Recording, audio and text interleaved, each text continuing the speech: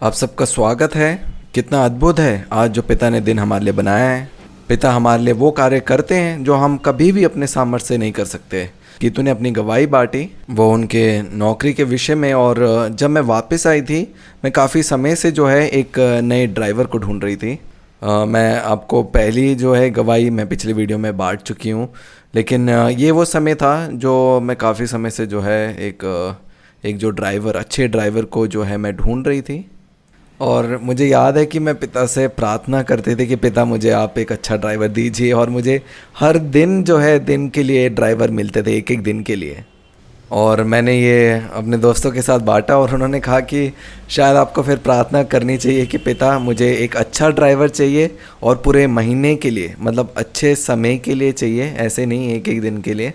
तो मैंने पिता से मांगा और एक चीज़ पिता ने सिखाई कि कई बारी हम हमारे जीवन में छोटी से छोटी चीज़ के लिए हम मनुष्य से कई बारी हम मांग लेते हैं, लेकिन हमें मुश्किल लगता है उन्हीं चीज़ों को हमारे परमेश्वर पिता से मांगने के लिए या उनसे बात करने के लिए।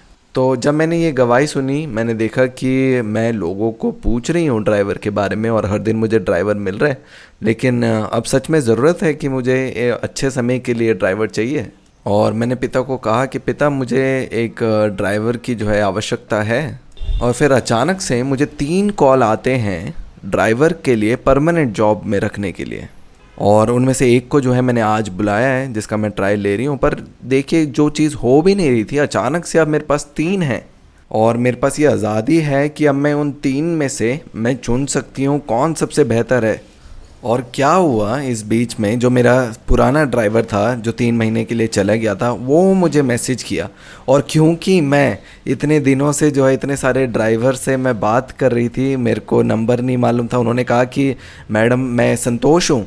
और मैंने कहा, मुझे लगा कि वो संतोष है जो मेरी गाड़ी साफ़ करता है। और मैंने उनको लिखा कि आपने मेरी गाड़ी क्यों नहीं साफ़ करी। उन्होंने कहा कि मैं आपकी गाड़ी साफ़ करने और मैं आपका ड्राइवर हूँ। तो मैंने उनसे उनकी सेल्फी जो है सेंड करने के लिए मैंने मांगी। और मेरी असिस्टेंट मेरे साथ बैठी थी और उन्होंने मुझसे पूछा, क्या अभी आपने इनसे सेल्फी मंगाई? मैंने कहा हाँ, क्योंकि मुझे याद नहीं है कि कौन है ये। और फिर जब उन्होंने फ़ोटो भेजी, फिर मुझे याद आया, हाँ ये मेरा पुराना ड्राइवर है। और वो पूछ रहे थे कि मैडम आप भूल गए मुझे। और मैंने कहा बस इतने दिनों में बहुत सारे ड्राइवर मिले और इसीलिए। पर वो बहुत मजाकिया एक किस्सा था। तो इसीलिए हमेशा पिता के पास पहले जाइए। छोटी सी छोटी बातों में आप वो रिश्ते को ना भूले जो पिता के साथ है।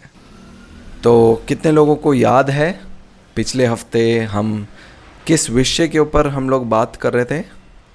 बिलीवर्ड जो है वो जीवित है, याद रखने वाली कलीसिया है। हम प्रार्थना के विषय में हम पिछले कुछ दिनों में सीख रहे थे। और बहुत से जो नए बच्चे भी हैं अब कलीसिया में, और हम संडे को इनके लिए कुछ खास शुरू करने जा रहे हैं। हम उसे संडे प्ले डेट कहेंगे और हम जल्दी उसकी शुरुआत करेंगे। और आप अपने बच्चों को भी यहाँ पे लेके आ सकते हैं। और हम जो पुत्र तक की सच्चाई है उसकी नींव छोटी उम्र से जो है हम तैयार करेंगे। तो हमने क्या सीखा था प्रार्थना के विषय में कि जो चेले थे वो किस खास उद्देश्य के लिए, वो किस चीज़ के लिए वो प्रार्थना कर रहे थे। वो साहस के लिए प्रार्थना कर रहे थे। अच्छा है, आपको याद है उससे पहले किसके लिए? वो पवित्र आत्मा के लिए। वो सब प्रार्थना कर रहे थे पवित्र आत्मा पाने के लिए, क्योंकि उनको भी मालूम था कि जो पवित्र आत्मा आएगा वो एक सहायक है और उनको वो हमेशा धार्मिकता, सहीपन के बारे में वो उनको याद दिलाएगा, क्योंकि यही कार्य है पवित्र आत्मा का। और इसीलिए वो प्रार्थना कर रहे थे पवित्र आत्मा को आने के लिए। और मैं इस हफ्ते के लिए मैं प्रचार के लिए तैयारी कर रही थी और मैं पूछ रही थी पवित्र आत्मा से, और अचानक से एक शब्द मुझे मिला जो था विश्वास। और ये कितना अद्भुत है कि पिछले हफ्ते यहाँ पे जो है बपतिस्मा हुए और सेलिब्रेशन सिटी में भी वहाँ पे बपतिस्मा हुए। और जब मैंने सोचा कि मैं विश्वास के बारे में बात करूँगी, सेलिब्रेशन सिटी की वेबसाइट में भी वहाँ पे विश्वास के बारे में बोला। इसीलिए क्योंकि हम एक आत्मा हैं। तो मैंने क्या किया, मैं अपनी बाइबल के आखिरी पन्ने में गई और वहाँ पे आप देखेंगे कुछ शब्द लिखे हुए होते हैं, और जैसे विश्वास और सहीपन, और उसके साथ में वो सारे वचन अध्याय दिए होंगे जहाँ पे उन शब्दों का उपयोग किया गया है। तो मैंने इन शब्दों को खोजना शुरू किया, जो है विश्वास या विश्वास करने वाले। और क्या आप जानना चाहते हैं मुझे वहाँ पे क्या मिला?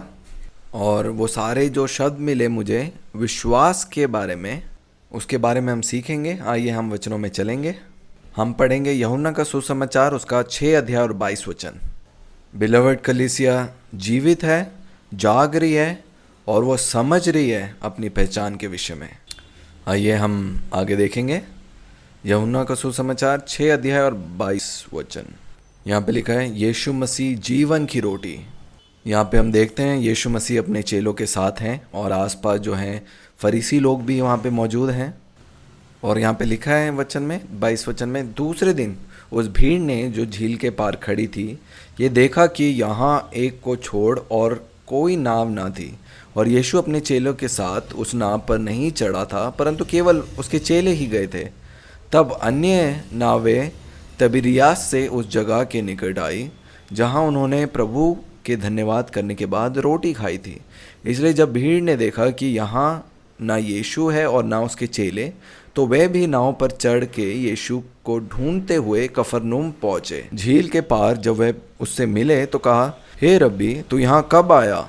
ये उस बात का व्याख्या है जब यीशु मसीह भीड़ के साथ थे, जहाँ पे उन्होंने चमत्कार किया था कि 5000 लोगों को उन्होंने रोटी खिलाई और उन्होंने चेलों को कहा कि तुम उस पार जाओ। और आपको मालूम है जब वो चेले वहाँ पे पहुँचते हैं, वो यीशु मसीह को देखते हैं, वो पहले से वहीं पे हैं और उनको मालूम है कि चमत्कार हुआ है दोबारा। और आगे पढ़ेंगे हम, वचन में लिखा है 26 वचन में, यीशु ने उन्हें उत्तर दिया, मैं तुमसे सच सच कहता हूँ, तुम मुझे इसलिए नहीं ढूंढते हो कि तुमने आश्चर्य कर्म देखे, परंतु इसलिए कि तुम रोटियां खाकर तृप्त होए। नाशवान भोजन के लिए परिश्रम ना करो, परंतु उस भोजन के लिए जो अनंत जीवन तक ठहरता है, जिसे मनुष्य का पुत्र तुम्हें देगा, क्योंकि पिता अर्थात परमेश्वर ने उसी पर छाप लगाई है। इसको दोबारा पढ़ेंगे। यहाँ पे लिखा है नाशवान भोजन के लिए परिश्रम ना करो, परंतु उस भोजन के लिए जो अनंत जीवन तक ठहरता है। जो वचन है जो मैं और आप सुन रहे हैं। और 28 वचन में लिखा है, देखिए, उन्होंने उससे कहा, परमेश्वर के कार्य करने के लिए हम क्या करें? और 29 वचन में लिखा है, यीशु ने उन्हें उत्तर दिया, परमेश्वर का कार्य ये है कि तुम उस पर जिसे उसने भेजा है विश्वास करो। परमेश्वर का जो कार्य वो क्या है? आप जोर जोर से बोल सकते हैं, वो क्या है? वो है विश्वास। आपको मालूम है, हो सकता है कि आप जो है वो कुर्सी के लिए विश्वास कर रहे हो, अपने बच्चों के लिए विश्वास कर रहे हो, लेकिन परमेश्वर पिता कहते हैं कि मैं चाहता हूँ आप विश्वास करो। लेकिन वो किस विषय के लिए वो विश्वास के लिए कहते हैं? वो एक विषय के बारे में थी। और जब भी बाइबल में विश्वास के बारे में लिखा गया, वो अन्य चीज़ों पे विश्वास करने के लिए नहीं था। हमें ऐसा लगता है कि वो चमत्कार के लिए था, लेकिन हम वचन में से देखेंगे कि वो किसके लिए था। विश्वास जो था वो केवल एक के लिए था। क्या मैंने और आपने विश्वास किया उस एक पे? अगर हाँ, तो विश्वास पूरा हुआ। हम इसकी और अधिक गहराई में चलेंगे और आपको आनंद होगा जब आप आत्मा में और अधिक जागेंगे। तो मैंने जो ये वचन में जो ये शब्द लिखा है कार्य है, इसका जो ग्रीक शब्द है मैंने उसके बारे में खोज करी, और वो शब्द जो है ग्रीक भाषा में है वो है एर्गोन, और उसका अर्थ जो है वो है कार्य या रोजगार, परिश्रम, मेहनत, जैसे एक प्रयास या व्यवसाय में जो होता है। मतलब ये एक ऐसा कार्य है जो परमेश्वर चाहते हैं आप करें, या एक चीज़ जिस पे आप परिश्रम करें, मेहनत करें, वो है विश्वास पुत्र में जिसे पिता ने भेजा है।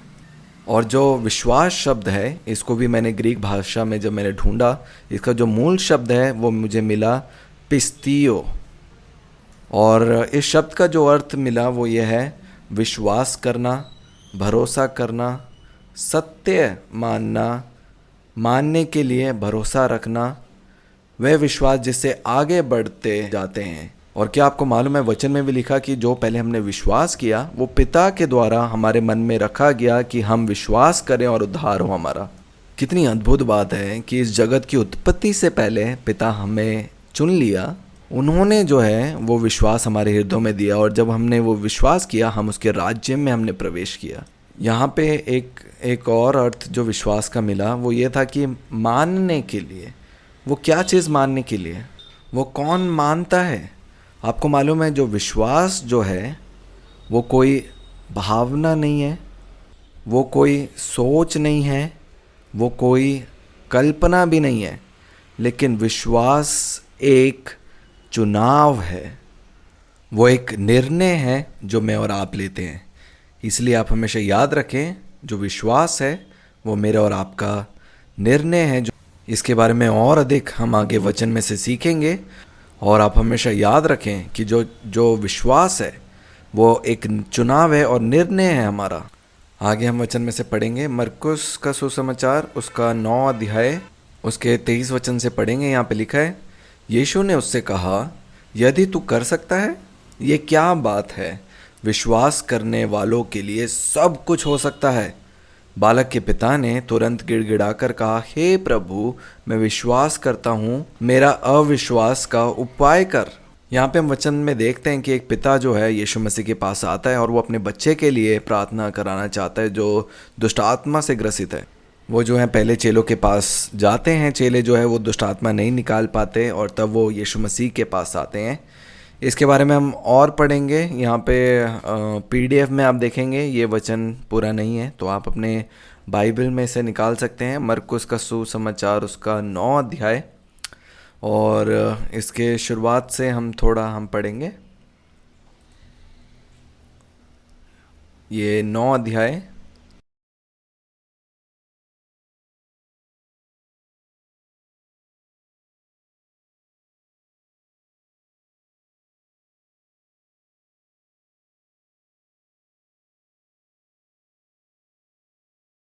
हम इसके 9 अध्याय के 14 वचन से पढ़ेंगे। यहाँ पे लिखा है, जब वह चेलों के पास आया तो देखा कि उनके चारों ओर बड़ी भीड़ लगी है और शास्त्री उनके साथ विवाद कर रहे हैं। उसे देखते ही सब बहुत ही आश्चर्य करने लगे और उसकी ओर दौड़कर उसे नमस्कार किया। उसने उनसे पूछा, तुम इनसे क्या विवाद कर रहे हो? भीड़ में से एक ने उससे उत्तर दिया, हे गुरु, मैं अपने पुत्र को जिसमें गूंगे आत्मा समाई है तेरे पास लाया था। जहाँ कहीं वह उसे पकड़ती है उसे पटक देती है और वह अपने मुंह में फ़ैन भर लेता और दांत पीसता और सूखता जाता है। मैंने तेरे चेलों से कहा कि वह उसे निकाल दें, परंतु वे निकाल न सके। ये सुनकर उसने उनसे उत्तर देकर कहा, हे अविश्वासी लोगों, मैं कब तक तुम्हारे साथ रहूँगा और कब तक तुम्हारी सहूँगा? उसे मेरे पास लाओ। तब वे उसे उसके पास ले आए और जब उसने उसे देखा तो उस आत्मा ने तुरंत उसे मरोड़ा और वह भूमि पर गिरा और मुंह से फैन बहाते हुए लौटने लगा। उसने उसके पिता से पूछा, इसकी ये दशा कब से है? उसने कहा, बचपन से। उसने इसे नष्ट करने के लिए कई बार आग में और कई बार पानी में गिराया, परंतु यदि तू कुछ कर सके तो हम पर तरस खाकर हमारा उपकार कर। यीशु ने उससे कहा, यदि तू कर सकता है, ये क्या बात है? विश्वास करने वालों के लिए सब कुछ हो सकता है। बालक के पिता ने तुरंत गिड़गिड़ाकर कहा, हे प्रभु, मैं विश्वास करता हूँ, मेरे अविश्वास का उपाय कर। कितने लोग यहाँ पे इस जगह में अपने आप को पाते हैं और शैतान ये विचार डालता है कि अविश्वास आप में है, तो अगली बार जब वो आवाज़ आएगी आप घोषणा करना कि मेरा विश्वास नहीं है, ये मेरा जो अविश्वास था वो क्रूस पे मसीह के साथ मर चुका है, अब मैं जीवित हूँ वो यीशु मसीह का विश्वास से। और जब भी आप अपने आप को भी आप जब योग्य ना समझे तो आपने आपको याद दिलाएं कि जो विश्वास आपने करना था वो विश्वास आपने किया एक पे, उस पुत्र पे जिसे पिता ने भेजा। और अभी आप देखेंगे सब कुछ जो है पुत्र के लिए सरल है और वो सारी विरासत आप प्राप्त करते हैं उस लहू के द्वारा। आगे पढ़ेंगे, हम लिखा है, बालक के पिता ने तुरंत गिड़गिड़ाकर कहा, हे प्रभु, मैं विश्वास करता हूँ, मेरे अविश्वास का उपाय कर। जब यीशु ने देखा कि लोग दौड़कर भीड़ लगा रहे हैं तो उसने अशुद्ध आत्मा को कहा ये कहकर डांटा, हे गूंगी और बहरी आत्मा, मैं तुझे आज्ञा देता हूँ, उसमें से निकल आ और उसमें से फिर कभी प्रवेश ना करना। तब वे चिल्लाकर और उसे बहुत मरोड़ कर निकल गई और बालक मरा हुआ सा हो गया, यहाँ तक कि बहुत लोग कहने लगे कि वह मर गया। परंतु यीशु ने उसका हाथ पकड़ के उसे उठाया और वह खड़ा हो गया। जब वह घर में आए तो उसके चेलों ने एकांत में उससे पूछा, हम उसे क्यों ना निकाल सकें? उसने उनसे कहा, यह जाति बिना प्रार्थना किसी और उपाय से नहीं निकल सकती। हम जो है विश्वास के बारे में बात कर रहे हैं और हम देखेंगे क्रूस पे जाने से पहले विश्वास और क्रूस पे जाने के बाद विश्वास। और यहाँ पे आप देख सकते हैं मैंने एक पहाड़ बनाया है जहाँ पे आप देख सकते हैं क्रूस पे जाने से पहले और क्रूस पे जाने के बाद विश्वास है। क्या आप कल्पना कर सकते हैं एक बर्फीले पहाड़ की, जिस पहाड़ को आप चढ़ रहे हैं और जब आप दूसरी तरफ से जब आप नीचे उतरते हैं, क्या आप चल कर नीचे उतरेंगे चलते हुए उस पहाड़ से?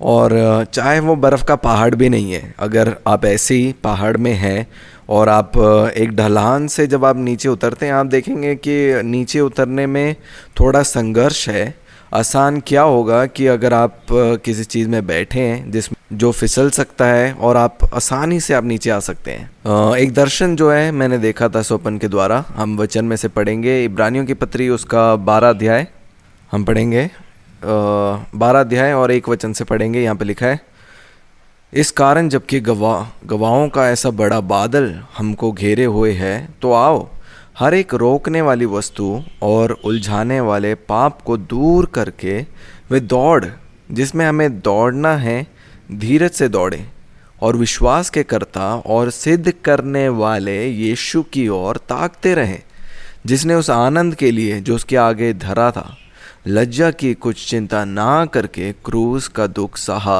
और परमेश्वर के सिंहासन की दाहिनी ओर जा बैठा।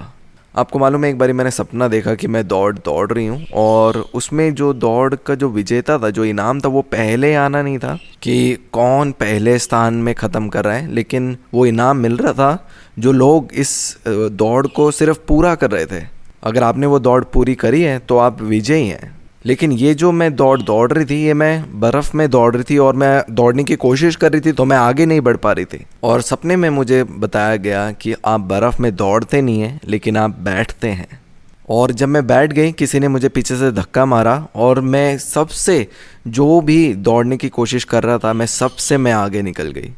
मैंने आपको बताया कि जो जीतना है वो पहला आना नहीं है, लेकिन मैं हर एक उन लोगों से आगे निकल गई जो दौड़ने की कोशिश कर रहे थे बर्फ़ में। क्या आप लोग बर्फ़ में दौड़ सकते हैं? अगली बार अगर आप ऐसी जगह में हैं तो आप कोशिश करिए और फिर आप देखिए, आप बैठिए और कोई आपको खींचेगा तो आप देखना आप कितनी तेज़ी से आप आगे जाएंगे। और उसी तरीके से मैंने देखा कि वचन में जैसे लिखा है कि हमारा जो विश्वास करना था यीशु मसीह पे, वो इसी समान था। और क्रूस के बाद जो विश्वास करना है वो एक विश्राम को दिखाता है, क्योंकि सब कुछ आपको मिलेगा यीशु मसीह के लहू के द्वारा। और मान लीजिए आप एक सफ़र में हैं, हम एक उदाहरण मैं आपको देना चाहती हूँ, और आप एक व्यक्ति से मिलते हैं जिनका नाम डेविड है, और आपको जो है बहुत प्यास लग रही है, आप थके हुए हैं और प्यासे हैं, और आप उससे मिलते हैं। वो आपको जो है पानी देता है पीने के लिए और आपकी उनसे जो है एक अच्छी बातचीत जो है वो आपके साथ करता है।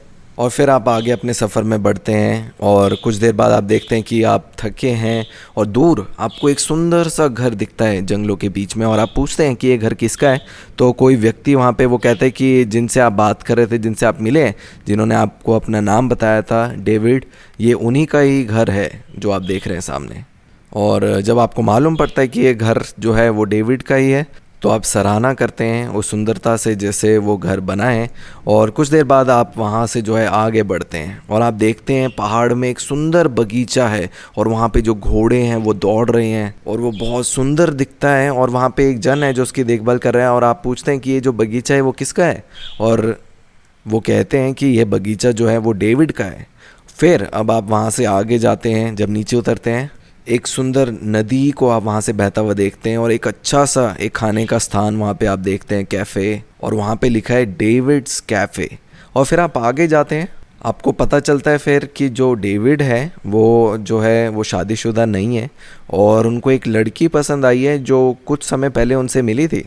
तो जो भी चीज़ें आपने देखी, आपने देखा वो जो डेविड की विरासत है जो उसे मिली है, आपको जो है कैसे वो सारी चीज़ें जो हैं प्राप्त होंगी जो डेविड की हैं, कैसे वो आपकी बन सकती हैं। आप समझदार हैं, आप उससे क्या है, आप शादी करेंगे और फिर आप देखेंगे कि हर एक चीज़ जहाँ पे पहले हो सकता है कि डेविड्स कैफ़े लिखा था, और अब आप देखेंगे कि वहाँ पे जो है आपका नाम भी वहाँ पे लिखा होगा उसके साथ। कैसे हम वो सारी विरासत प्राप्त करते हैं जब वचन में लिखा है कि हम मसीह के साथ एक हो चुके हैं। आपको मालूम है ये चीज़ समझना ज़रूरी है। जैसे हम देखते हैं कि हम फल थे, जब मेरा और आपका आत्मा यीशु मसीह की आत्मा के साथ एक हुआ, उसका जो फल था वो नई सृष्टि था, वो मैं और आप। इसलिए हम अपने पुराने मनुष्यत्व को नहीं देखते। आपको मालूम है जब एक पति और पत्नी जब वो शादी में आते हैं और उनको जब संतान होती है, तो उस संतान में केवल पिता नहीं या केवल माता नहीं, जब आप उस संतान को देखेंगे आप देखेंगे कि वो दोनों के मिलन का एक फल है जो एक नई सृष्टि है। और जब एक पत्नी जो है पति के साथ संबंध में बनती है तो सब कुछ जो पति का है वो पत्नी को भी मिलता है। और ये सिर्फ एक संसारिक उदाहरण मैं देना चाहती हूँ कि जब आपको फिर चिंता करने की ज़रूरत नहीं है कि आपको जो है घोड़ा अगर एक अच्छे बगीचे में जाना है, आपको उसकी घोषणा करने की भी ज़रूरत नहीं है, क्योंकि वो सब चीज़ें आपकी हैं। और वचन में भी लिखा है कि हर एक जो प्रतिज्ञाएं, जो वादे हैं, वो यीशु मसीह में वो पूरे हैं। और वो हर एक वादों के बारे में, वो हर एक वादे हाँ और आमीन हैं यीशु मसीह में। और हम ऐसा पढ़ते हैं, ये क्यों हाँ और आमीन में है यीशु मसीह में? क्योंकि मैं और आप यीशु मसीह के साथ एक हो चुके हैं। वो विरासत है जो मेरे और आपकी है, जो यीशु मसीह के लहू से हमें प्राप्त होती है। क्योंकि जब आप मसीह को ग्रहण करते हैं, वो वैसे ही है जैसे हम उनसे विवाह करते हैं, हम उनके साथ संगी वारिस हो चुके हैं। और वैसे ही जो उदाहरण पहले दिया था, वो जो लड़की है, अब वो जब बगीचे में जाएगी, वहाँ पे घोड़े देखेगी तो वो घोड़ों पे सवार हो गई। और अगर वो कैफ़े में जाएगी, वहाँ पे वो जैसी प्रवेश करेगी, जो उसकी इच्छा है वो खाएगी। और वो जब उस सुंदर घर में भी जाएगी, कोई भी चीज़ वो बदलना चाहती है, चाहे पर्दे है, वो बदल सकती है, क्योंकि वो भी अब उस घर के ऊपर अधिकार रखती है। और वो चीज़ों के पीछे नहीं भागी, लेकिन उसने उस व्यक्ति के हृदय का पीछा किया। और इसीलिए कि अब वो उस व्यक्ति के साथ एक है, अब उसे उन विरासत के पीछे भागने की ज़रूरत नहीं है, वो उसके साथ जुड़ चुकी है। क्या अब उसको जब घोड़ा चलाना है, क्या उसको विश्वास की ज़रूरत है? आप कल्पना करें, उस लड़की ने जो है डेविड से शादी करी और वहीं पे वो बैठी हुई है। ये जागरूकता है कि वो आपका है, क्योंकि सब कुछ जो उनका था अब वो आपका है। और हमारा जो कार्य, जो विश्वास का कार्य था, हमने किया जब एकमात्र यीशु मसीह पे जब हमने विश्वास किया। और अब आप विश्राम में बने रहिए, जैसे उस पहाड़ से फिसलते हुए नीचे उतरना था। आगे हम वचन से पढ़ेंगे, मरकुस का सुसमाचार उसका 9 अध्याय और 24 वचन, लूका का सुसमाचार उसका 8 अध्याय और 4 वचन में यहाँ पे बीज बोने वाले का दृष्टांत है कि वो बीज जो है वो अलग अलग भूमि पे गिरता है। हम पढ़ेंगे वचन में, यहाँ पे 11 वचन में लिखा है, दृष्टांत का अर्थ ये है, बीज परमेश्वर का वचन है, मार्ग के किनारे के वे हैं जिन्होंने सुना, तब शैतान आकर उसके मन में से वचन उठा ले जाता है कि कहीं ऐसा ना हो कि वे विश्वास करके उद्धार पाए। जो वचन था उसका जो उद्देश्य क्या था कि विश्वास करके हम क्या उद्धार पाएं। और मैंने और आपने जब उस वचन पे जो देहधारी हुआ यीशु मसीह, उस पे विश्वास किया, बाइबल में लिखा है हमारा उद्धार हुआ, क्योंकि हमने उस एक लौते पे विश्वास किया। और अभी का जो कार्य है हमारे विश्वास का, वो विश्राम को दिखाएगा, क्योंकि शैतान हमारे कानों में आके कहेगा कि अभी भी बहुत से काम बाकी हैं यीशु मसीह के मरने के बाद भी। आपको मालूम है जब आप पवित्र आत्मा को अपने जीवन में कार्य करने देते हैं, उसका अर्थ भी जो है विश्राम है। कितने लोग इस बारी हमारे साथ जो है बाइबल स्टडी में जुड़े थे इस बुधवार? आपको मालूम है बहुत सी चीज़ें हमें सीखने के लिए, मेरे लिए भी बहुत सी चीज़ें सीखने के लिए थी। और वो जो विश्राम, वो जो शब्द है, उसका जो एक और अर्थ आप ले सकते हैं वो ये है, ठहरे रहो। क्योंकि जब वचन में लिखा है कि तुम्हारे में मृत्यु की भय का आत्मा नहीं है, लेकिन उस सामर्थ का आत्मा है, और वो एक स्थिर मन का आत्मा तुम्हें दिया गया है जो विश्राम में स्थिर रहता है, ठहरे रहता है। और सृष्टि भी जो है कार्य करती है जब वो आपकी स्थिरता को देखती है। सृष्टि कैसे जानेगी एक पुत्र और दूसरे पुत्र में फ़र्क? एक पुत्र जो है जो बहुत भाग दौड़ कर रहा है और वो इधर उधर विचलित है, और दूसरा पुत्र जो है जो स्थिर है, जो शांत है। और जितनी गवाही भी आज हमने सुनी वो यही थी कि उन परेशानियों के समय में वो लोग विश्राम में थे, शांति में थे। और उन्होंने गवाही में बताया कि कैसे केवल उस शांति के स्थान में बने रहने के द्वारा वो सारी परिस्थिति भी जो उनके आसपास थी वो बदलना शुरू हो गई। और जितनी गवाही हमने सुनी कि विश्राम में बने रहने के द्वारा उन्होंने परिवर्तन देखा अपने रिश्तों में, अपने परिवार में, अपने कार्यालय में।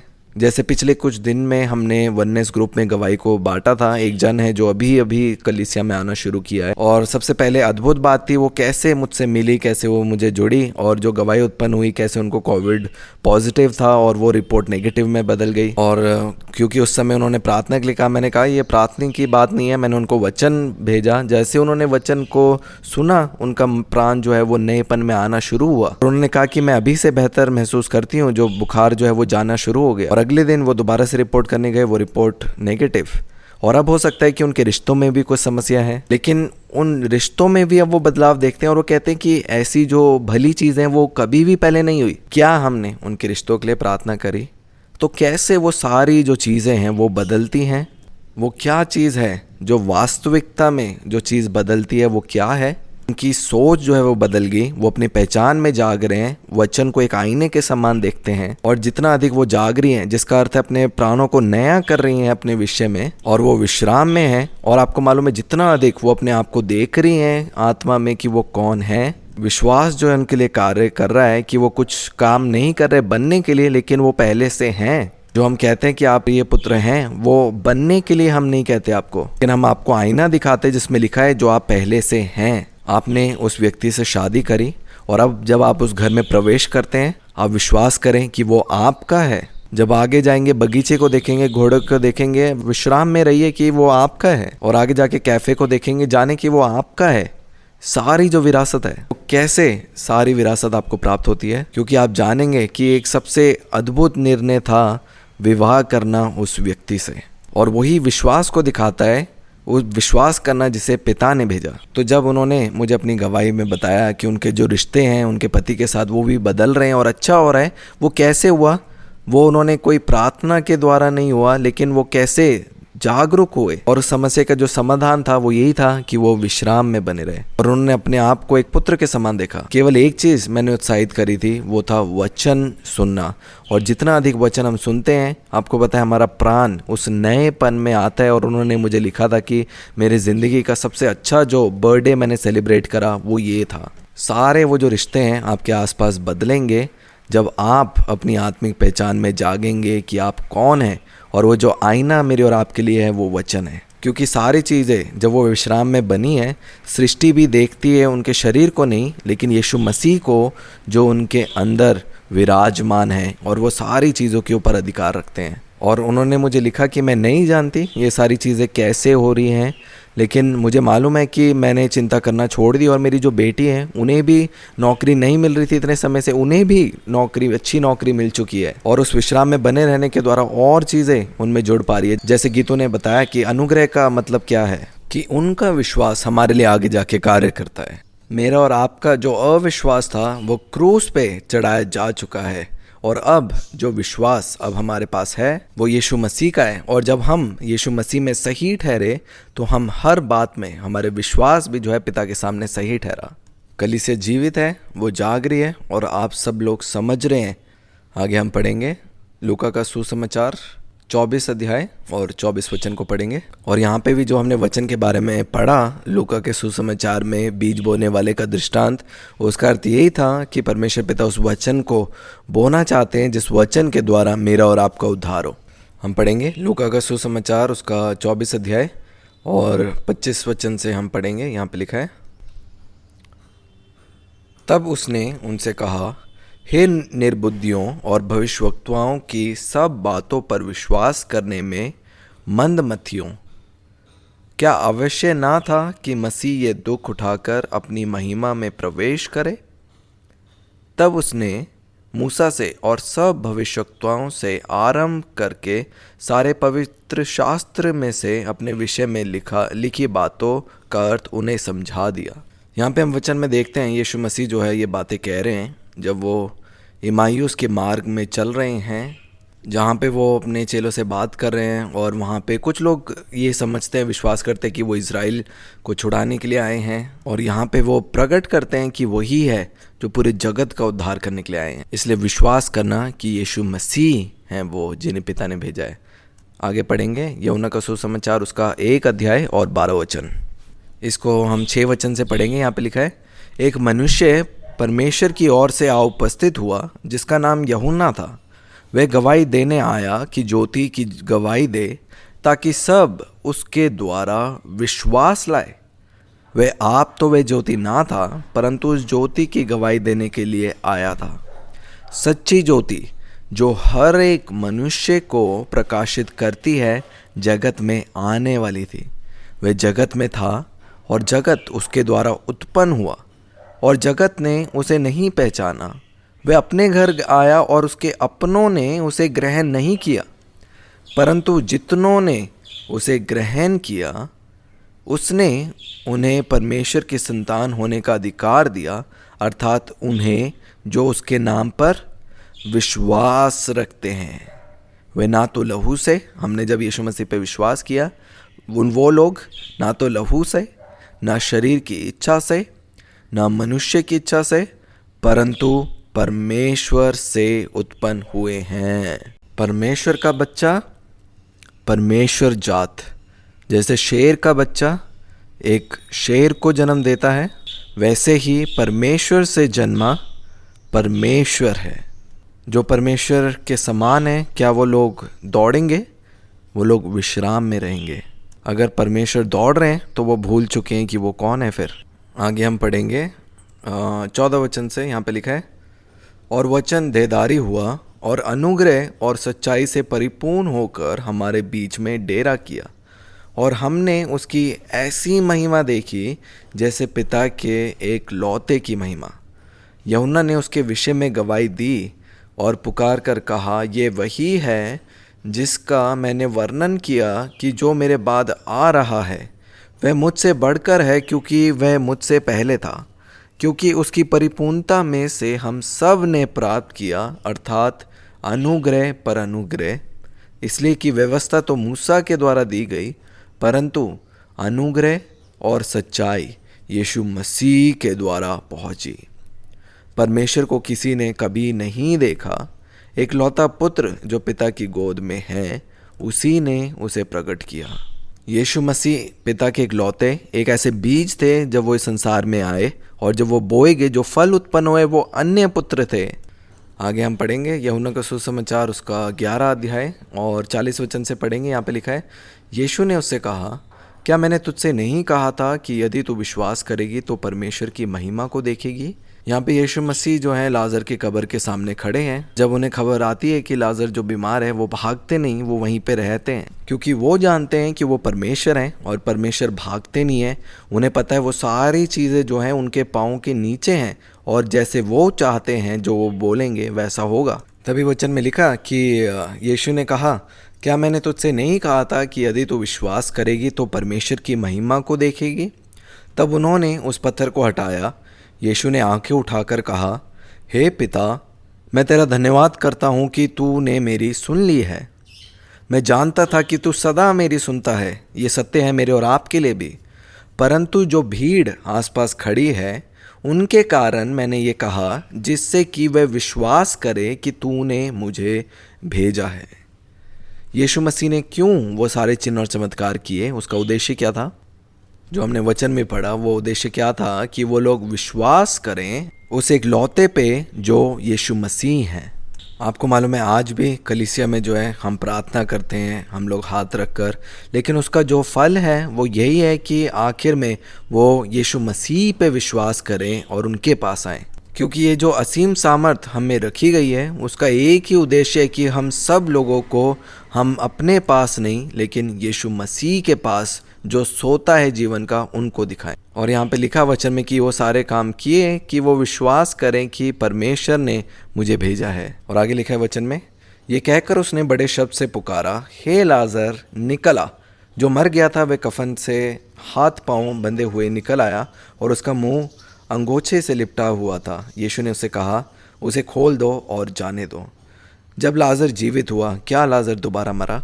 हाँ, मेरा विश्वास है अगर पवित्र आत्मा के हम साथ हमसे भागीदारी करेंगे और अनुमति देंगे हम अपने प्राणों को नया होने के लिए, तो वो पुनरुत्थान जीवन हम अपने शरीर में भी देखने पाएंगे।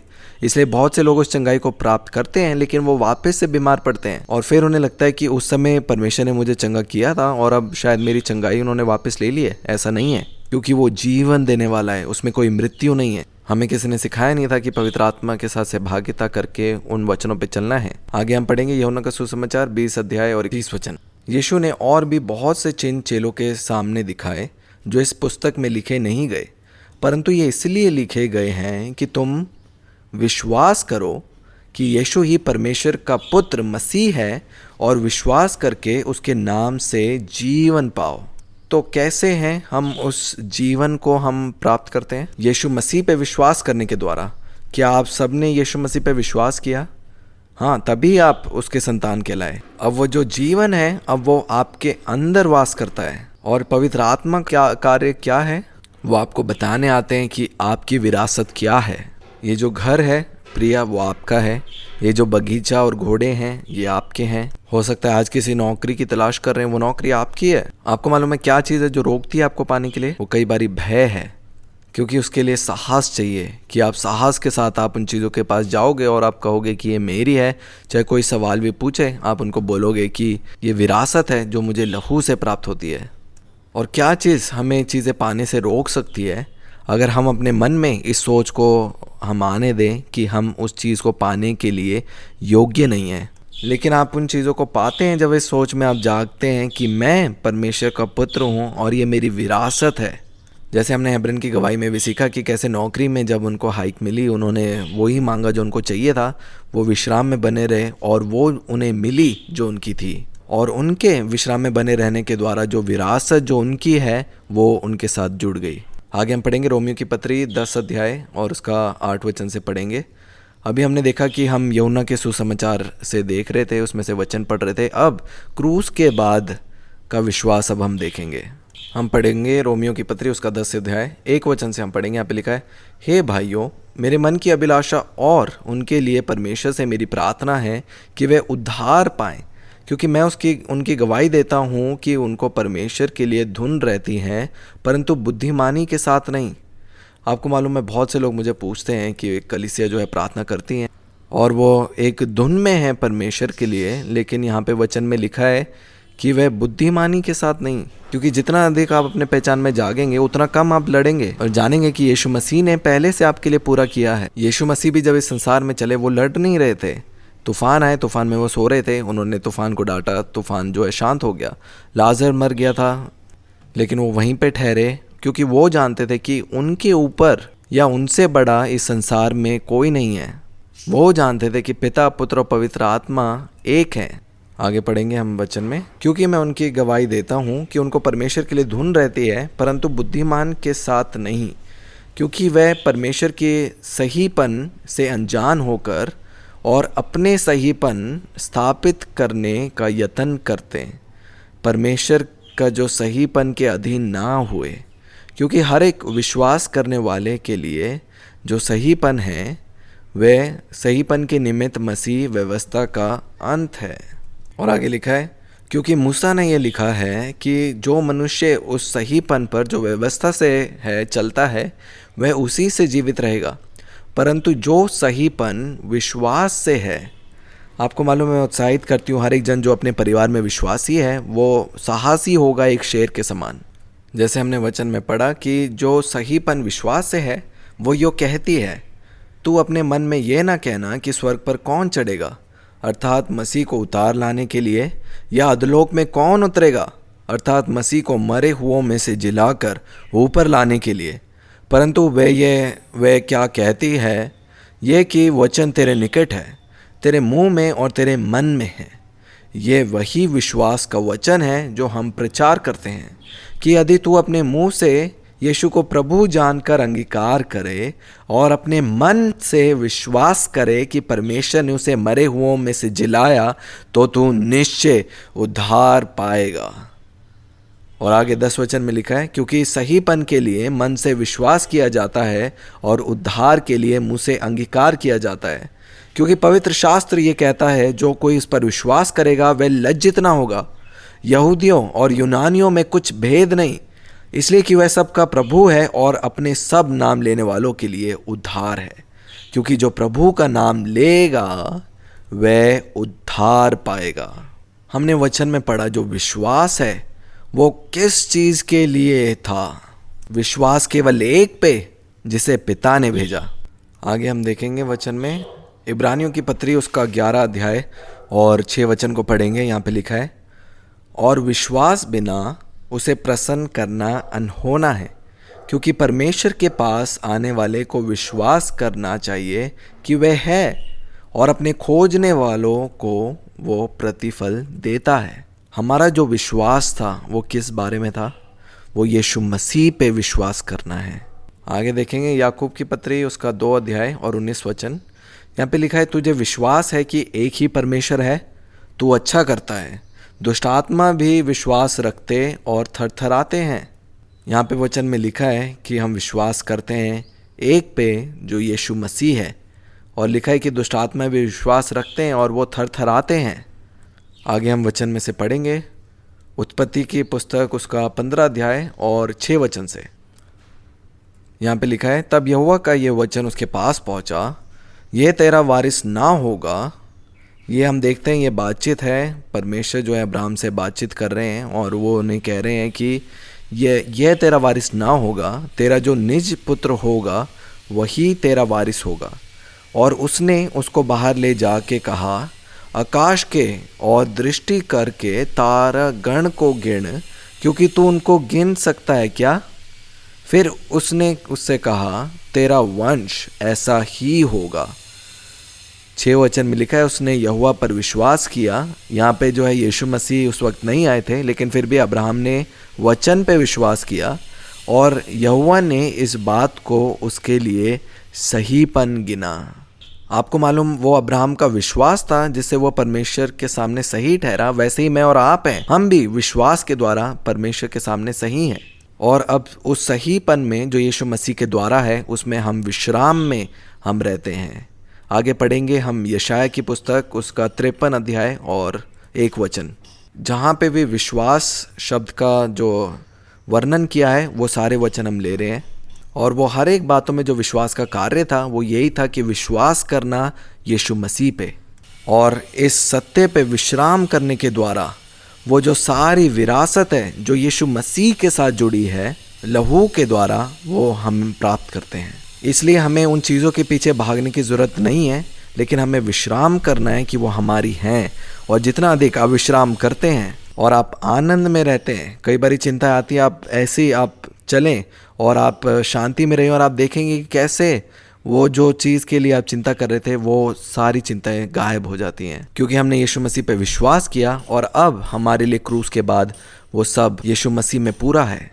इसीलिए क्रूस पे जाने से पहले यीशु मसीह ने भी लोगों को कहा कि तुम्हारे विश्वास के द्वारा ये चमत्कार हुआ, तुम्हारे विश्वास ने तुम्हें चंगा किया। और क्रूस के बाद हमने देखा कि हमने उसके विश्राम में प्रवेश किया, क्योंकि हमने देखा कि सबत के दिन में जितने चमत्कार हुए वो उनका विश्वास था जो कार्य किया। जैसे मैंने अपने सपने में भी देखा पहाड़ से नीचे कैसे उतरेंगे, मुझे बस मैं से बैठी रही और किसी ने मुझे पीछे से जो है वो धक्का दिया और मैं आगे निकल गई। वो विश्राम में हम बन सकते हैं जब हम सत्य को जानेंगे कि उसने मेरे और आपके लिए सब पूरा किया। आपको मालूम है अगली बारी जब आवाज़ आपके प्राणों में आएगी कि आपका विश्वास अधूरा है और वो ज़ोर है, जाने कि वो पवित्र आत्मा की ओर से नहीं है और घोषणा करे कि जो आपका विश्वास है वो क्रूस पे चढ़ाया जा चुका है। अब वो उसका विश्वास है जो हमारे लिए काम करता है। हम उसकी विश्वास योग्यता से हम इस संसार में चल रहे हैं। सारी विरासत जो है आपके साथ जुड़ जाएंगी, क्योंकि हम उसके साथ एक हो चुके हैं। किसके साथ एक हो चुके हैं हम? वो यीशु मसीह के आत्मा के साथ मैं और आप अब एक हो चुके हैं। यशाया 53 उसका 1 वचन। कल्पना करें मैं वो सारे वचन ले रही थी जिसमें विश्वास जो है वर्णन किया गया, लेकिन वो कुछ ही वचन जो है मुझे मिले। मुझे लगा बहुत सारे वचन होंगे। यहाँ पे देखिए यशाया जो 53 अध्याय है वो किस बारे में है? वो यीशु मसीह के क्रूस पे जाने के बारे में है कि यीशु मसीह है वो एक है जो मसीहा है, आइए वचन में देखेंगे। यशायाह की पुस्तक 53 अध्याय और 1 वचन। जो समाचार हमें दिया गया उसका किसने विश्वास किया, और यहोवा के भुजबल किस पर प्रकट हुआ। आइए हम ये जो अध्याय है इसको हम पूरा पढ़ेंगे। पीडीएफ में आप देखेंगे केवल 2 वचन हैं। कलीसिया जीवित है और वो जाग रही है अपने आत्मिक पहचान में, और वो समझ रही है जो पवित्र आत्मा आज हमसे बातचीत कर रहे हैं। यहाँ पे लिखा है जो समाचार हमें दिया है उसका किसने विश्वास किया, और यहोवा का भुजबल किस पर प्रकट हुआ है। क्योंकि वह उसके सामने अंकुर के समान और ऐसी जड़ के समान उगा जो निर्जल भूमि में फूट निकले। उसकी ना तो कुछ सुंदरता थी कि हम उसको देखते, और ना उसका रूप ही हमें ऐसा दिखाई पड़ा कि हम उसको चाहते। वह तुच्छ जाना जाता और मनुष्य को त्यागा हुआ था। वह दुखी पुरुष था, रोग से उसकी जान पहचान थी, और लोग उससे मुख फेर लेते थे। वह तुच्छ जाना गया और हमने उसका मूल्य ना जाना। निश्चय उसने हमारे रोगों को सह लिया और हमारे ही दुखों को उठा लिया।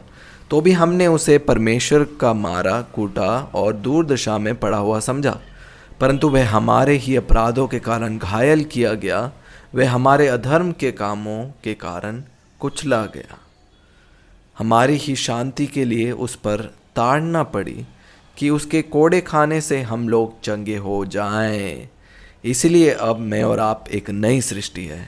6 वचन में लिखा है, हम तो सब के सब भेड़ों के समान भटक गए थे, हम में से हर एक ने अपना अपना मार्ग लिया। और आपको मालूम है, हम पहले पत्रस की पत्री में हम पढ़ते हैं कि हम जो खो गए थे वापस से हम अपने घर आ चुके हैं। और आगे लिखा है, हम तो सब के सब भेड़ों के समान भटक गए थे, हम में से हर एक ने अपना अपना मार्ग लिया, और यहोवा ने हम सबों के अधर्म का बोझ उसी पर लाद दिया। वह सताया गया तो भी वह सहता रहा और अपना मुंह ना खोला। जिस प्रकार भेड़ वध होने के समय और भेड़ी ऊन कतरने के समय चुपचाप शांत रहती है, वैसे ही उसने भी अपना मुंह ना खोला।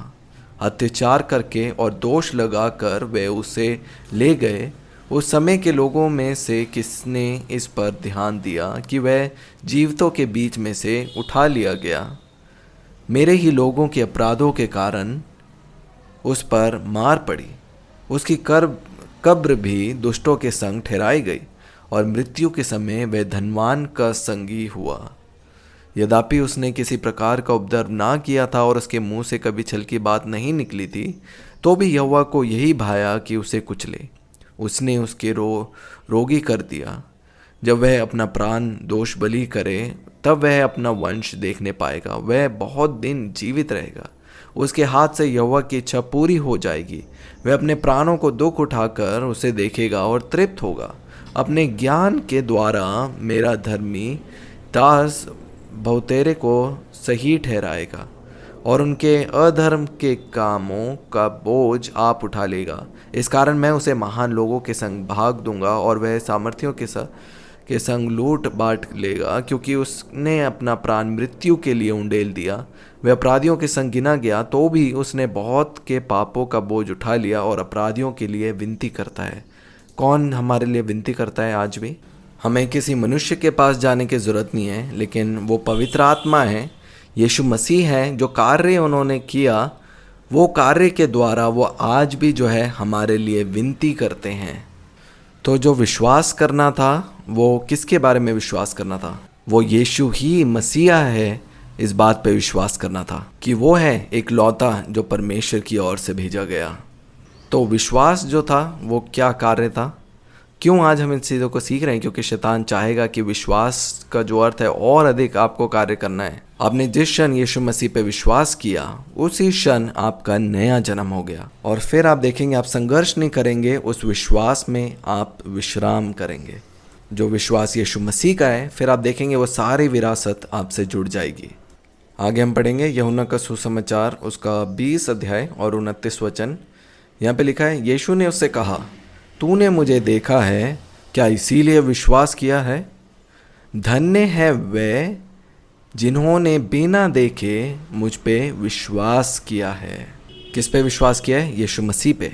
आगे पढ़ेंगे रोमियो की पत्री उसका 4 अध्याय 3 वचन। पवित्र शास्त्र क्या कहता है? यह कि अब्राहम ने परमेश्वर पे विश्वास किया। किस पे? वादों पे। नहीं, परमेश्वर पर विश्वास किया और यह उसके लिए सहीपन गिना गया। काम करने वाले की मजदूरी देना दान नहीं परंतु हक समझा जाता है।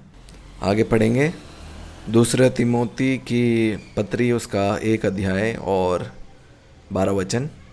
दूसरा तिमोथियुस 1:12 यहाँ पे लिखा है, इस कारण मैंने इन दुखों को भी उठाता हूँ पर लज्जाता नहीं, क्योंकि मैं उसे जिस पर मैंने विश्वास किया है जानता हूँ और मुझे निश्चय है कि वे मेरे धरोहर की उस दिन तक रखवाली कर सकता है। आगे हम पढ़ेंगे दूसरे कुरिन्थियों की पत्री, उसका 1 अध्याय और 20 वचन। यहाँ पे लिखा है, क्योंकि परमेश्वर की जितनी प्रतिज्ञाएं हैं वे सब उसी में, यीशु मसीह में हाँ और आमीन के साथ है। इसीलिए उसके द्वारा आमीन भी हुई कि हमारा द्वारा परमेश्वर की महिमा हो। ये उतना ही सरल है जैसे आपने एक व्यक्ति के साथ विवाह किया और वो सारी चीज़ें जो आपके पति की है वो आपकी हो गई। आपको मालूम है वो सारी चीज़ें मिलती हैं विरासत में लहू के द्वारा। और जो भी वादे आप बाइबल में पढ़ते हैं, जो प्रतिज्ञाएं आप वचनों में पढ़ते हैं, वो सारे जो वादे हैं वो एक विरासत है। और आप अपने विरासत, अब जब आप विश्वास करते हैं, उसे कार्य के समान ना देखें, लेकिन उस विश्वास पे आप विश्राम करें कि ये जो विरासत है ये आपकी होएगी नहीं, लेकिन ये आपकी है। ये दो चीज़ें अलग अलग हैं। एक बात पे विश्राम करना, जानना कि आपकी हैं, या दूसरा उसे प्राप्त करने के लिए कार्य करना या दौड़ना। ये उसी समान है जैसे उदाहरण में हमने सीखा कि हम उस सुंदर घर के पास से जा रहे हैं। जो डेविड है उसने मेरे कंधे पे हाथ रखा है, लेकिन मुझे ये मालूम ही नहीं है कि अब विवाह के बाद ये घर मेरा है। मैं संघर्ष करूँगा तब जब मैं भूल जाऊँगा कि ये विरासत मेरी है। आप विश्राम के स्थान में आएंगे जब आप जानेंगे कि वो चीज़ पहले से आपकी है। और हम विश्वास करते हैं कि वो सारी विरासत जो है हमारे से जोड़ी जाएगी, क्योंकि वो सारी जो विरासत है वो मिलती है उस एक पन के द्वारा। तभी यहाँ पे वचन में लिखा, क्योंकि परमेश्वर की जितनी प्रतिज्ञाएं हैं वे सब उसी में हाँ के साथ है, इसीलिए उसके द्वारा आमीन भी हुई कि हमारे द्वारा परमेश्वर की महिमा हो। आपको मालूम है जिगर और हीर ने ये गवाही दी थी कि कैसे वो गोवा घूमने गए और अचानक से जो है, और जो पैकेज उन्होंने बुक किया था उसमें जो है एक अपग्रेड उनको मिल गया। और फिर आप अपने होटल में जाते हैं और वो आपको एक कागज़ में लिख के देते हैं वो सारी चीज़ें जो उन्होंने फ्री में आपको मुफ्त में ये चीज़ें आपको दी हैं। तो क्या आप वहाँ पे जाएंगे और आप उनसे लड़ेंगे कि भाई हम पैसे देंगे इन सब चीज़ों के लिए? या मान लीजिए एक फ्री फ़ोटोशूट है और वो वहाँ पे जाएंगे, या फिर फ्री डिनर है होटल में, तो वो डिनर खाने के लिए क्या वो अपने कमरे में बैठे रहेंगे? उनको क्या करना होगा उस फ्री के डिनर को खाने के लिए? वो बस जाएंगे और देखेंगे कि वो कहाँ पे रखा है। और यही है पवित्र आत्मा के साथ सहभागिता करना। वो आपको दिखाएगा वो चीज़ें जो आपकी हैं। वैसे ही जैसे हमने नौकरी के विषय में गवाही को सुना, उनको सिर्फ वहाँ पे जाना था और अपने स्थान में बने रहना था जो स्थान विश्राम का था। और वैसे ही जैसे इनको वो सारी मुफ्त की चीज़ें जो मिली, और वैसे ही एक पुत्र के लिए है वो सारी चीज़ें आपके जीवन में आती हैं ये दिखाने के लिए कि ये सारी चीज़ें आपकी हैं। ये जो अच्छाई है, जो भलाई है, वो मेरी और आपकी विरासत है। और जितना अधिक आप उन विरासत के पीछे भागना आप रुक जाएंगे, वो अपने आप आपके साथ जुड़ जाएंगी।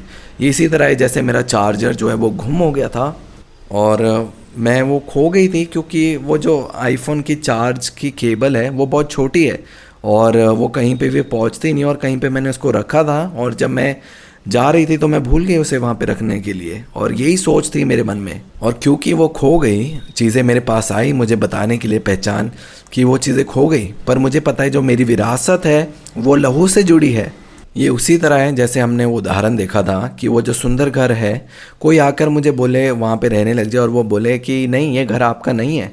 मुझे मालूम है कि वो घर मेरा है, क्योंकि मैं जानती हूँ कि ये जो विरासत मैंने पाई है ये कामों के अनुसार नहीं, लेकिन ये लहू से जुड़ी हुई है, और वो लहू से वो सारी विरासत मुझे मिलती है। इसलिए जब मेरा चार्जर गुम हो गया, मैंने फिर भी विश्वास किया कि पुत्र की चीज़ें गुम नहीं होती। मैं क्यों पहचान देने दूँ इस अनुभव को जो सत्य नहीं है, लेकिन वचन है जो सत्य है, और जब मैं उस वचन पे विश्वास करती हूँ, मैं इसलिए नहीं विश्वास करती कि मैं उसे सत्य बनाना चाहती हूँ, लेकिन मैं इसलिए विश्वास करती हूँ कि वही सत्य है।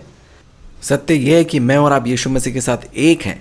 और जब मैं वापस आई, मेरे साथ क्या हुआ कि मेरे ड्राइवर ने मुझे 3 मीटर लंबी वो आईफोन की केबल मुझे दी। वो खोई हुई चीज़ मुझे प्राप्त हो गई क्योंकि वो लहू से जुड़ी हुई है।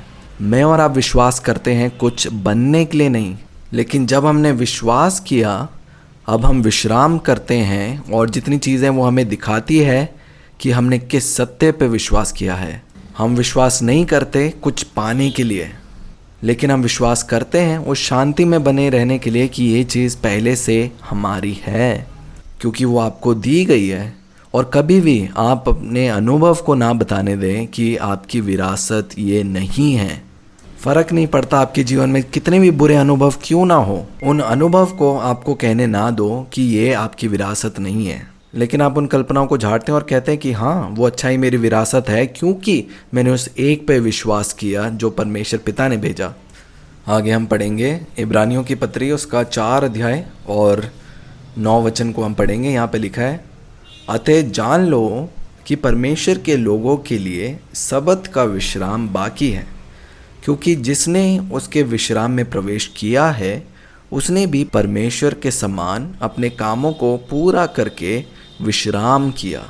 यहाँ पे वचन को देखिए, यहाँ इसको हम दोबारा पढ़ेंगे। यहाँ पे लिखा है, क्योंकि जिसने उसके विश्राम में प्रवेश किया है उसने भी परमेश्वर के समान अपने कामों को पूरा करके विश्राम किया।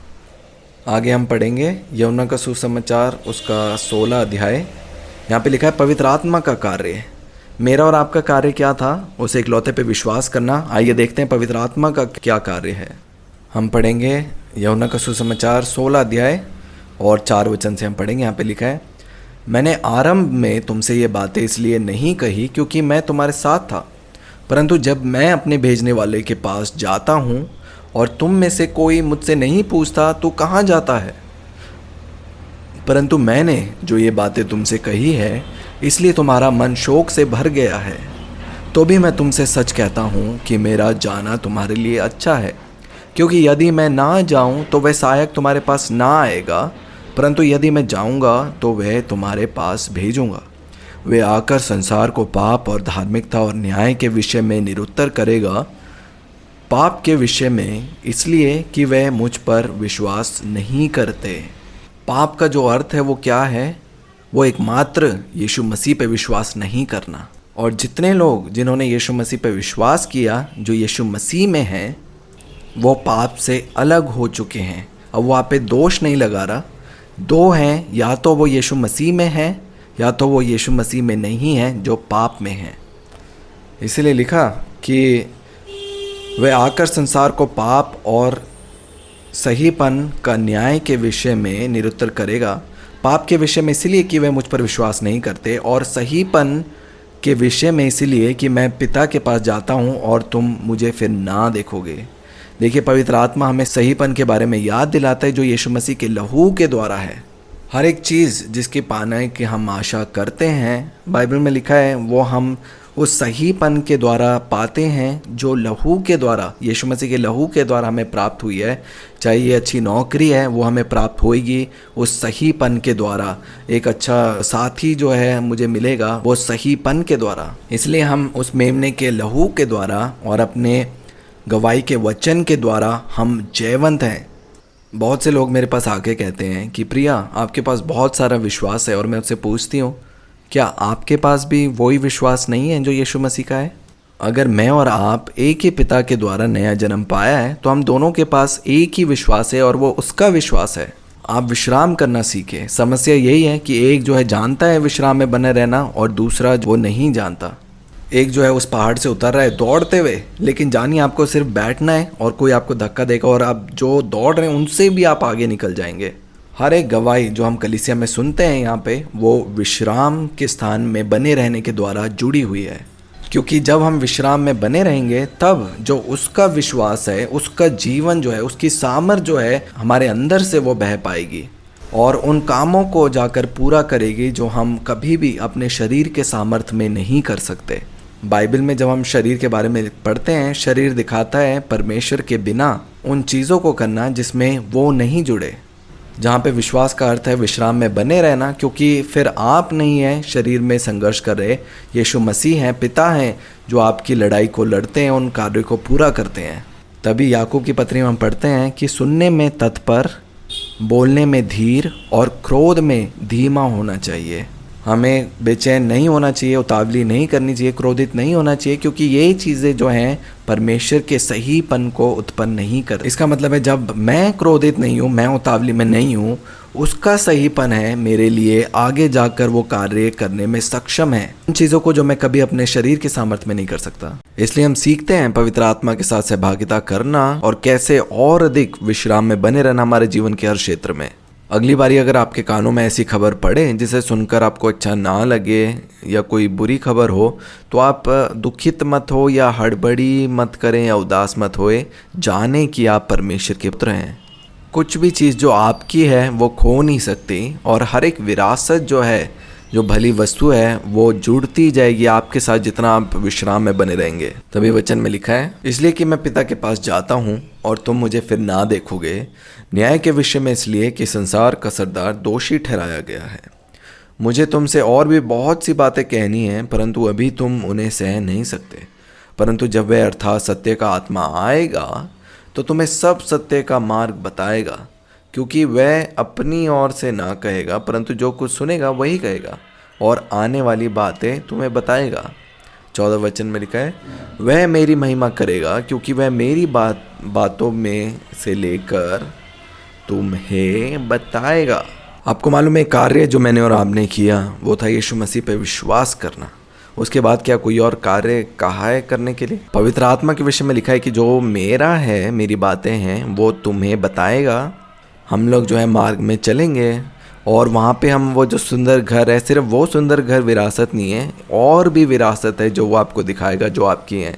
केवल वो एक घोड़ा नहीं है या सुंदर बगीचा नहीं है, और है, इससे बढ़कर है जो आपकी विरासत और पवित्र आत्मा है, जो वो सारी बातें जो यीशु मसीह की है वो हमें बताएंगे। और आगे पढ़ेंगे, यहाँ पे 15 वचन में लिखा है, जो कुछ पिता का है वह सब मेरा है, इसलिए मैंने कहा कि वह मेरी बातों में से लेकर तुम्हें बताएगा। वो घोषणा करेगा उन चीज़ों की जो मेरी है तुम्हारे लिए। उसके लिए हमें क्या करना पड़ेगा? कोई कार्य करना पड़ेगा। शैतान जो है वो झूठा है और वो दिखाएगा कि अभी भी एक पहाड़ है जो चढ़ने के लिए है, कार्य करना है। लेकिन जो विश्वास था एकमात्र यीशु मसीह में, वो हमने किया। आइए हम और वचनों को पढ़ेंगे। हम पढ़ेंगे यूहन्ना का सुसमाचार, उसका 10 अध्याय को हम निकालेंगे। सब लोग अंगीकार करें कि जो कलीसिया है वो जीवित है, वो जाग रही है अपनी आत्मिक पहचान में कि वो कौन है। हम पढ़ेंगे यूहन्ना का सुसमाचार, उसका 10 अध्याय और 25 वचन से मैं पढ़ूंगी। इसके 22 वचन से हम पढ़ेंगे। यहाँ पे लिखा है, यरूशलेम में स्थापन पर्व मनाया जा रहा था और जाड़े की ऋतु थी। यीशु मंदिर में सुलेमान के ओसरे में टहल रहा था। तब यहूदियों ने उसे आ घेरा और पूछा, तू हमारे मन को कब तक दुविधा में रखेगा? यदि तू मसीह है तो हमसे साफ साफ कह दे। यीशु ने उन्हें उत्तर दिया, मैंने तो तुमसे कह दिया, पर तुम विश्वास करते ही नहीं। जो काम मैंने अपने पिता के नाम से करता हूँ वह ही मेरे गवाह हैं। तो जितने भी चिन्ह और चमत्कार हैं वो किसकी गवाही देना चाहिए? यहाँ पे वचन में क्या लिखा है? वो सारे जितने भी चिन्ह चमत्कार हैं वो यीशु मसीह की गवाही देंगे। और ये सत्य मेरे और आपके लिए भी है, क्योंकि अगर आज मैं आपके लिए प्रार्थना कर रही हूँ हाथ रखकर, बीमारी से आप चंगे हो रहे हैं, आपकी नौकरी के लिए प्रार्थना कर रही हूँ, तो वो जो चमत्कार है वो किसने किया? यीशु मसीह ने। और इसीलिए अगर वो वापस आपके पास आ रहे हैं तो आप उनको यीशु मसीह को दिखाएं, क्योंकि मैंने जब यीशु मसीह पे विश्वास किया तो सारे चिन्ह चमत्कार जो हैं वो मेरे पीछे आएंगे, लेकिन उनको जो करने वाला है वो सारे जो चिन्ह चमत्कार हैं वो दिखाते हैं यीशु मसीह को। यहाँ पे वचन में लिखा है, यीशु ने उन्हें उत्तर दिया, मैंने तुमसे कहा पर तुम विश्वास करते ही नहीं। जो काम मैं अपने पिता के नाम से करता हूँ वह ही मेरे गवाह हैं, परंतु तुम इसलिए विश्वास नहीं करते क्योंकि मेरी भेड़ों में से नहीं हो। मेरी भेड़ें मेरे शब्द सुनती हैं, मैं उन्हें जानता हूँ और वे मेरे पीछे पीछे चलती हैं, और मैं उन्हें अनंत जीवन देता हूँ। वे कभी नष्ट न होंगी और कोई उन्हें मेरे हाथ से छीन ना लेगा। मेरा पिता जिसने उन्हें मुझको दिया है सबसे बड़ा है, और कोई उन्हें पिता के हाथ से छीन नहीं सकता। मैं और पिता एक हैं। आगे हम पढ़ेंगे और वचनों में से यूहन्ना का सुसमाचार उसका 4 अध्याय को हम पढ़ेंगे। 4 अध्याय यूहन्ना का सुसमाचार उसका 4 अध्याय और 46 वचन से मैं यहाँ पे पढ़ूंगी। यहाँ पे लिखा है, तब वह फिर गलील के काना में आया जहाँ उसने पानी को दाखरस में बनाया था। वहाँ राजा का एक कर्मचारी था जिसका पुत्र कफरनहूम में बीमार था। वह ये सुनकर कि यीशु यहूदियों से गलील में आ गया है, उसके पास गया और उसे विनती करने लगा कि चलकर मेरे पुत्र को चंगा कर दे, क्योंकि वह मरने पर था। यीशु ने उससे कहा, जब तक तुम चिन्ह और अद्भुत काम ना देखोगे तब तक कदापि विश्वास ना करोगे।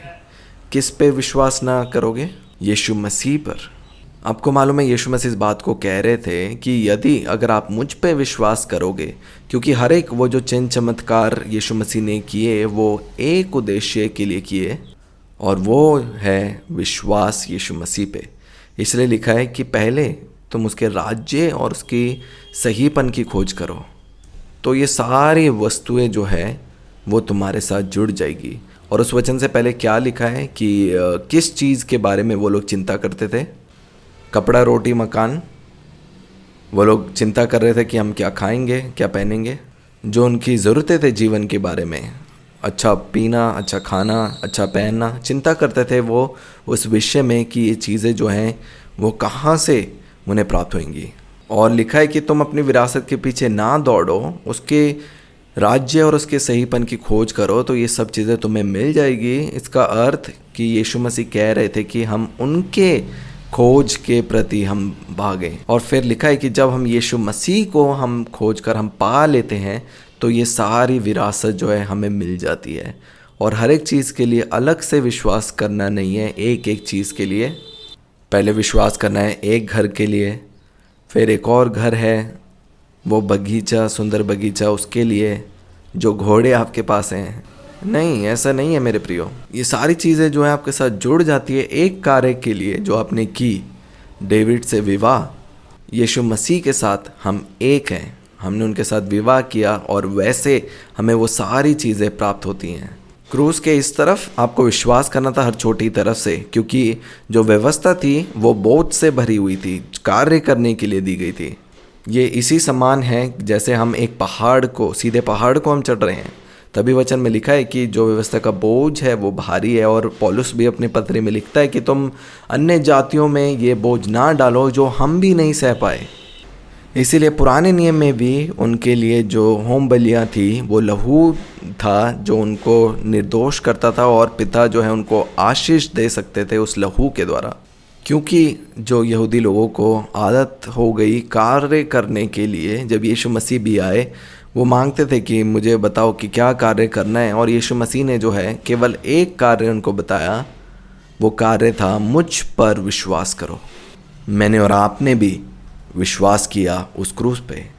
अब हम जब पहाड़ से नीचे उतरते हैं चल के नहीं, वो सब चीज़ें हमें मिलेगी जब हम विश्राम में बैठेंगे, और दूसरों से जल्दी हम प्राप्त करेंगे, क्योंकि क्रूस के दूसरी तरफ जो है विश्राम है। आपको मालूम है जितना अधिक हम ठहराव में रहेंगे, हम शांति में रहेंगे, उतना अधिक वो जो विरासत है हमारे से जुड़ती जाएगी, ना कि उन विरासत के पीछे भागकर उनको कमाने की हम कोशिश करते हैं। तो ये कैसे जो चीज़ें जो हैं हमारे जीवन में ये दिख सकती हैं। अगर आपका मन किसी चीज़ को पाने के लिए है, वहाँ से अपना ध्यान हटाइए और दूसरे कार्य में आप चले जाइए। आपको वो कैद करके नहीं रखनी चाहिए वो चीज़। आप अपने जीवन के हर क्षेत्र में जीवन देने वाला आत्मा है, और फिर आप जानोगे जब आपको मालूम भी नहीं था, वो जो कटनी है, जो फल है वो आप प्राप्त करेंगे जब आप विश्राम में बने हुए थे। और मेरा ये विश्वास है कि पिता भी चाहते हैं कि हमें ऐसा ना लगे कि कोई चीज़ हमने प्राप्त करी हमारे कार्य से। वो चाहते हैं कि हम जागरूक रहें कि वो सारी चीज़ें हमें मिलती हैं उनके अनुग्रह और प्रेम के द्वारा, और वो मिलती है जब हम उस विश्राम के स्थान में बने रहते हैं। और हम लोग विश्राम नहीं कर सकते दौड़ते हुए, हम लोग विश्राम कर सकते हैं जब हम लोग बैठे हुए हैं, और पवित्र आत्मा को हम अपने आप को चलाने के लिए हम अनुमति देते हैं। तो कितने लोग आज वचन सुनने के द्वारा उत्साहित हुए हैं और आज वचन को ग्रहण किया है? मैं आपको उत्साहित करना चाहती हूँ कि आप घर जाके वो सारे वचन को देखिए जिसमें विश्वास का वर्णन किया गया है। और मैं बहुत अचंभा हुई थी जब मैंने इसकी खोज करी। मुझे लगा विश्वास के लिए बहुत सारे वचन होंगे, लेकिन जब मैं खोजने लगी मुझे दिखा कि वो इतने वचन नहीं थे। और कई बार शैतान हमें इस सोच में डाल सकता है कि हमारे जीवन के हर एक छोटी छोटी चीज़ के लिए हमें जो है कार्य करना है, संघर्ष करना है।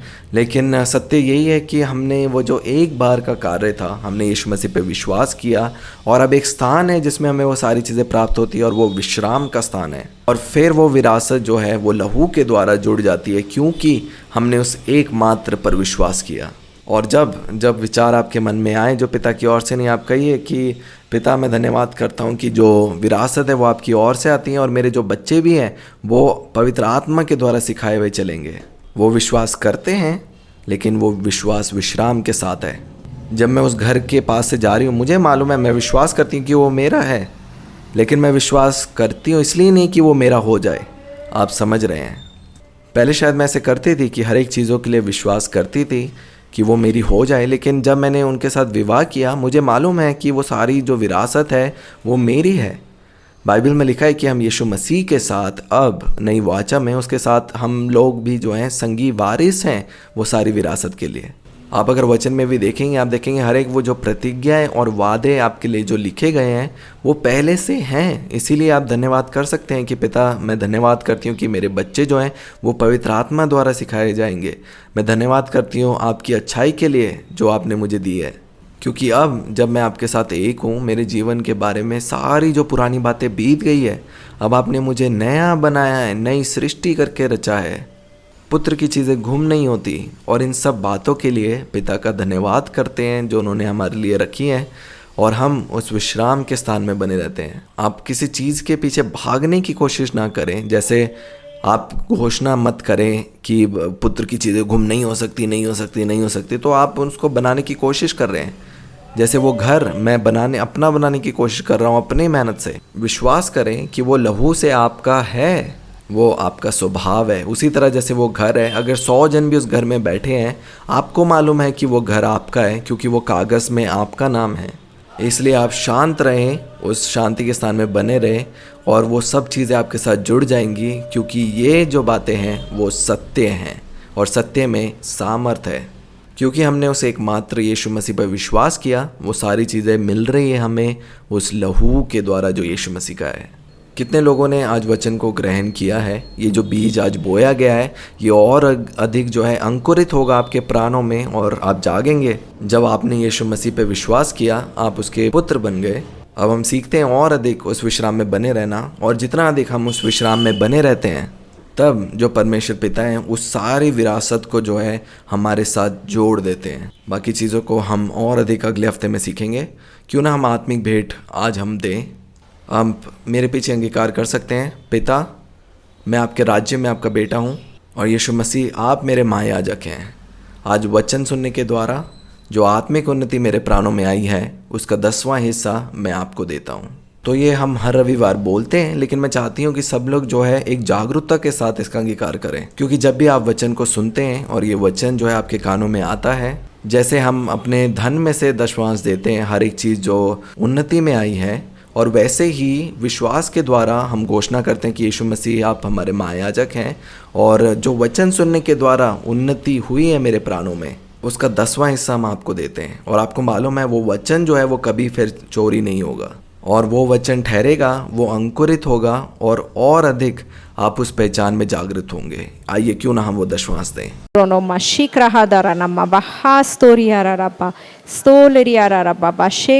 Father, I just thank you that we believed in the one whom you sent. We believed in Christ. Father, I thank you that by believing we become sons of God. And now all the inheritance, Father, is added to us by blood. That's what the Holy Spirit is doing, a helper, taking us around in the kingdom, Father. Just showing us everything that is yours, that is also ours. I just thank you, Father, in Jesus' name. Amen.